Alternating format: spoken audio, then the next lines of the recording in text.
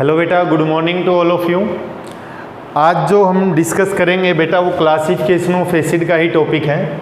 हमने इससे last video में हमने देखा था acid on the basis of there dissociation in water, strong acid और वीक एसिड। अब हमारी जो क्लासिफिकेशन एसिड की है वो है on the basis of source. अब सोर्स के बेस पर देखें तो बेटा पहला हम लेंगे organic acid,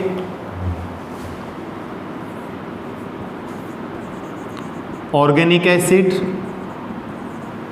and second is inorganic acid. Second क्या लेंगे? Inorganic acid. Inorganic acid, organic acid, inorganic acid को हम मिनरल एसिड भी बोलते हैं, mineral acid. Organic acid, acid which obtained from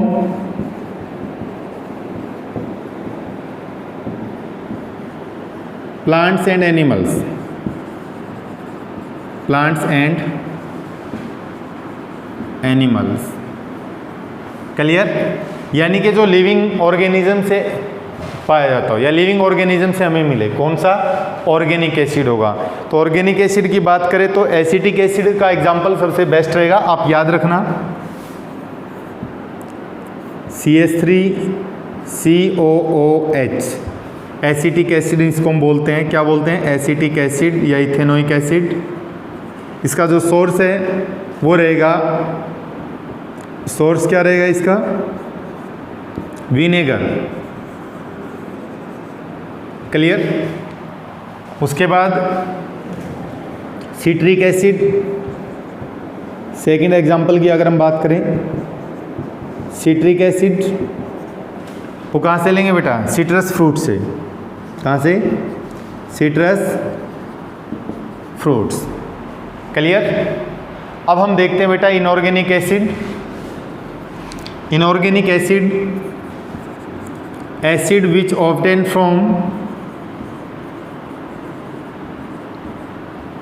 from minerals, from minerals of the earth, ऐसे लिख सकते हैं इसको, या सिंपली मिनरल से भी हम लिख सकते हैं। एग्जाम्पल की बात करें तो HCl, HNO3, H2SO4, यह आपने देखा ही है। क्लियर है? आप इसको नोट कीजिए। अब बात करते हैं यहाँ पर कि जो ऑर्गेनिक एसिड है ये क्या होते हैं? Weak acid. क्या होते हैं ये? वीक एसिड, क्योंकि ये कंप्लीटली आयोनाइज नहीं होंगे। बट ये जो इनऑर्गेनिक एसिड होते हैं स्ट्रॉन्ग एसिड। क्या रहेंगे बेटा? ये स्ट्रॉन्ग एसिड। क्लियर? नोट कीजिए बेटा इनको।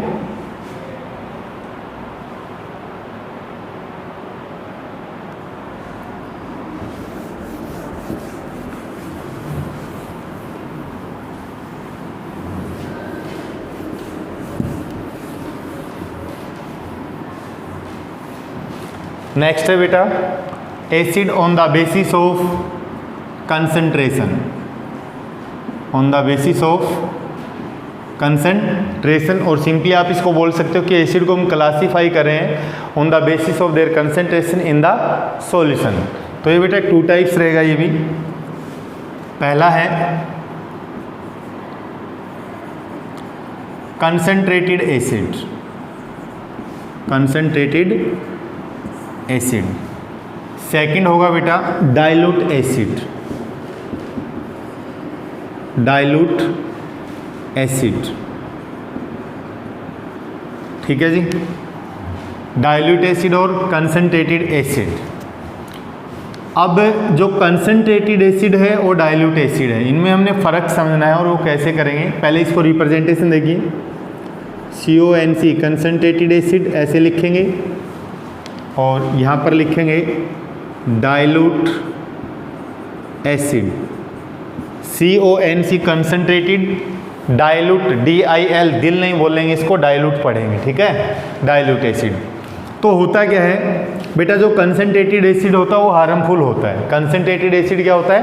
हार्मफुल होता है। क्यों होता है? क्योंकि इसकी अमाउंट ज़्यादा रहती है सॉल्यूशन में। अगर हमारे पास कोई ऐसा सॉल्यूशन है जिसमें एसिड की अमाउंट ज़्यादा है तो उसको हम बोलेंगे कंसंट्रेटेड एसिड। और कंसंट्रेटेड एसिड हमेशा क्या होता है बेटा, हार्मफुल होता है, इसीलिए इनको केयर करना बहुत अच्छे से हैंडल करना होता है। Sorry, clear in the lab. अब डाइल्यूट एसिड में क्या हुआ, ये इतना नुकसानदायक नहीं है क्योंकि एसिड की अमाउंट बहुत कम होती है। तो इसको समझेंगे कैसे, कंसेप्ट के अकॉर्डिंग। इन कंसंट्रेटेड एसिड, क्लियर। आप मिक्सर किसके साथ बना रहे हैं, वाटर के साथ, clear.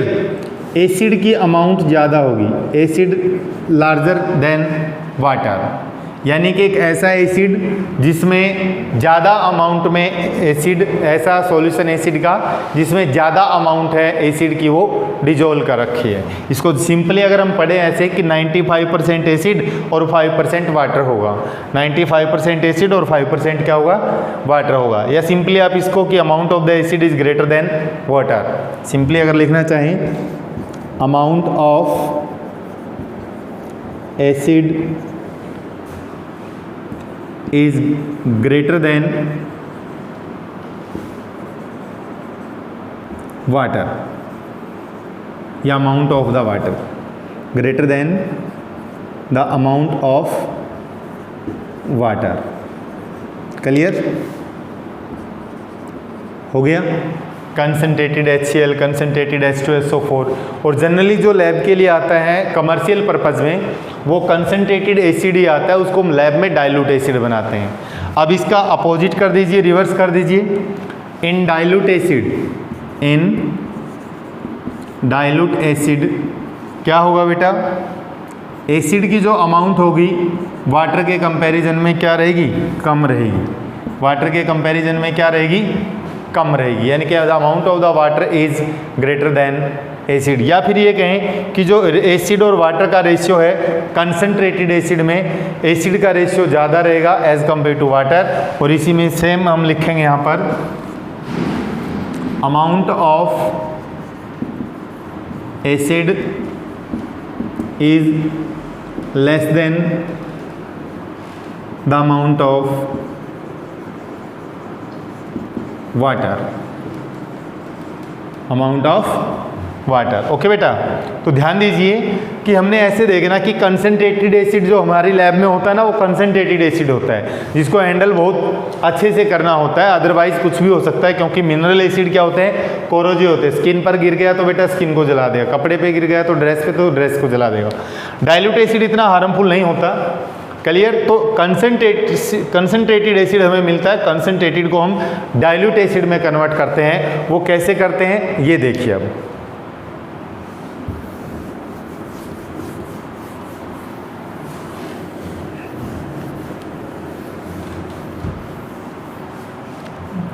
Concentrated acid to dilute acid, concentrated acid को डाइल्यूट एसिड में कन्वर्ट करना है। कैसे होगा, हमारे पास कंसंट्रेटेड एसिड है, फिर क्या करेंगे, सबसे पहले एक बिकर लेंगे, ठीक है। सिंपली समझना है, अगर हमारे पास 100 ml वाटर है सपोज कीजिए, तो हम क्या करें, 30 ml एसिड ले लें। 30 ml क्या ले लें, एसिड ले लें। 25 से 30 ml लिख देंगे यहाँ पर, 25 से 30 ml हम एसिड ले लेंगे, क्लियर। तो हमारा जो सॉल्यूशन होगा वो क्या होगा, डाइल्यूट बन जाएगा। क्या बन जाएगा, डाइल्यूट एसिड बन जाएगा। समझ में आ गई।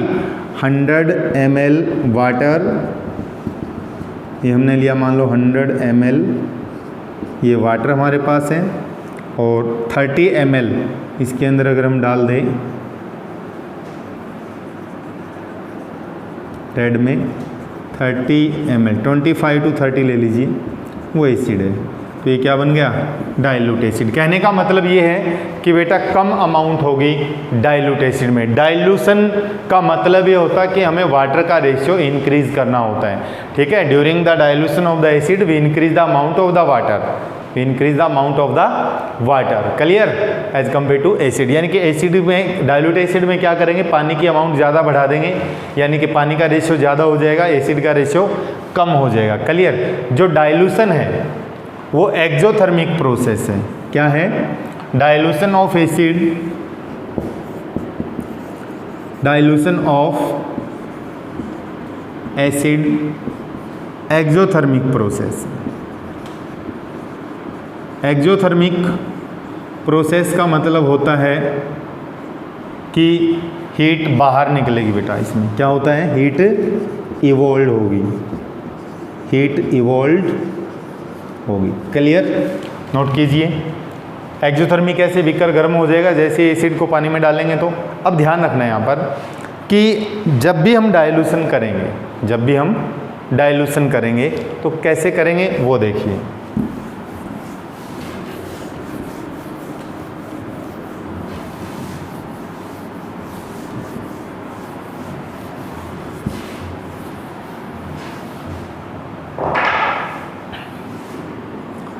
Dilution of acid of concentrated acid. क्या बात ध्यान रखनी है, ये देखिए। हमारे पास 2 बीकर होंगे या एक बीकर ले लीजिए। बीकर में हम पानी लेंगे, वाटर हो गया जी। क्लियर। एक गिलास रोड ले लेंगे। क्या ले लेंगे, ग्लास रोड। क्लियर। अब जो पानी है वो हमने बीकर ए में रखा है। सेकंड बीकर में हमारे पास एसिड होगा, बीकर बी।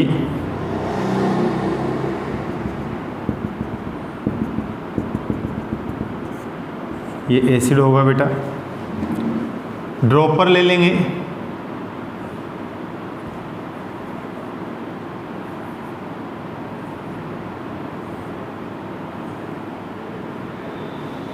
ठीक है, ड्रॉपर। अब मैं आपको 2 तरीके समझाऊंगा।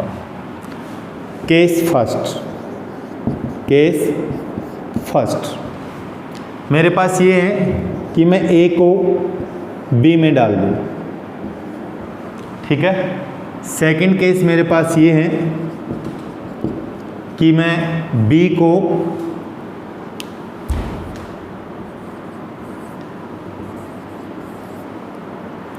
ए में डाल दूँ, बी को ए में डाल दूँ। ठीक है।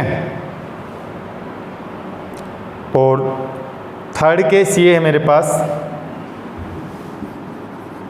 केस थर्ड, कि मैं बी को ए में ऐड कर रहा हूँ, बी को ए में ऐड कर रहा हूँ।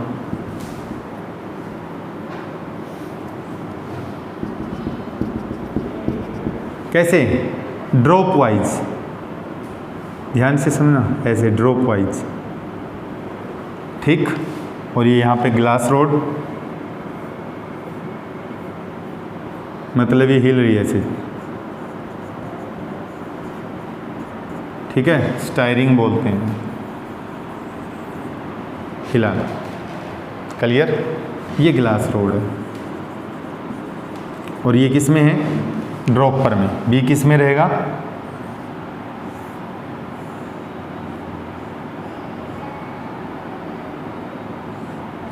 ड्रॉपर में। क्लियर। क्या होगा अलग अलग केस में देखते हैं। अगर हमने पानी को एसिड के अंदर डाल दिया डायरेक्टली तो भी ये मेथड हमारा गलत होगा।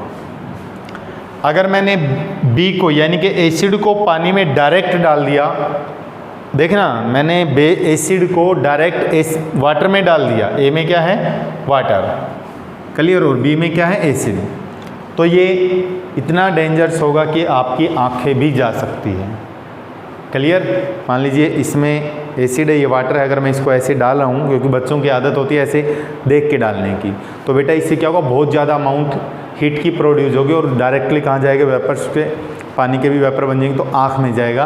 और आँख में जाने के बाद अगर आपके शरीर के ऊपर भी, बॉडी पर भी कहीं पे ये वाटर ड्रॉपलेट्स अगर गिर जाती है तो वहाँ पे भी क्या होगा, जल जाएगा और आँखें आपकी सदा के लिए जा सकती है।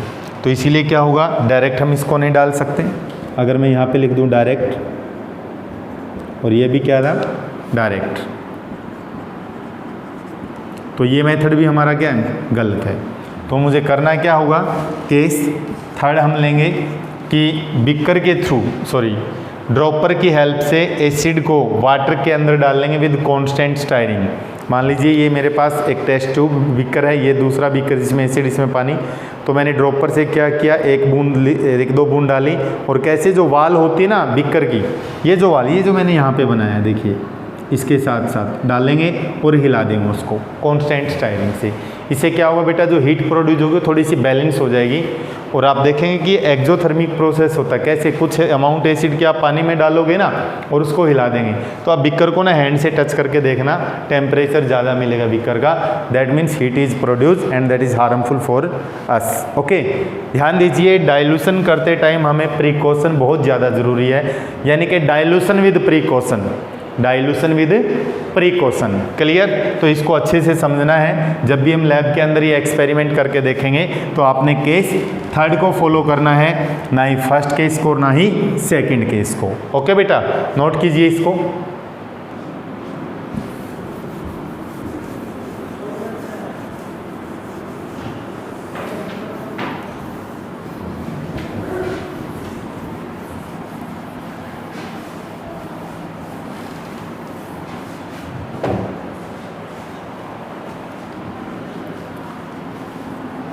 तो नोट करना है बेटा कुछ पॉइंट।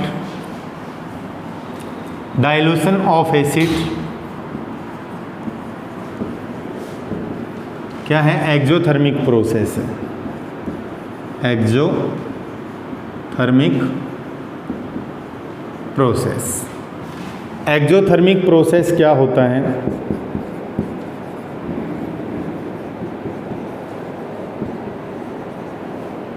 जिसमें हीट बाहर निकले, हीट रिलीज हो या इवोल्व हो।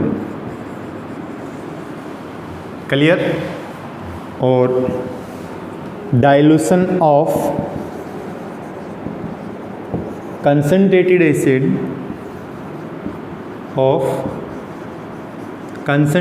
Acid should be done with proper care। Clear? Dilution of acid क्या है, एक्सोथर्मिक प्रोसेस है। एक्सोथर्मिक प्रोसेस क्या होता है, जिसमें हीट इवोल्व होगी, और dilution of concentrated acid should be done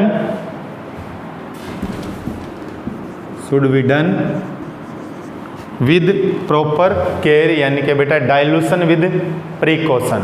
dilution with precaution हम बोल सकते हैं, डाइल्यूशन विद प्रिकॉशन।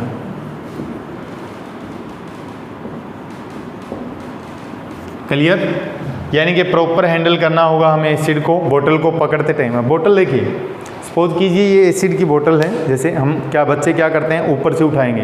टीचर ने बोला बेटा एसिड को इधर करना, तो बच्चे क्या करते हैं, उसको ऐसे उठाएंगे। हमने ऐसे नहीं उठाना, उसका एक हाथ ऊपर और एक हाथ नीचे।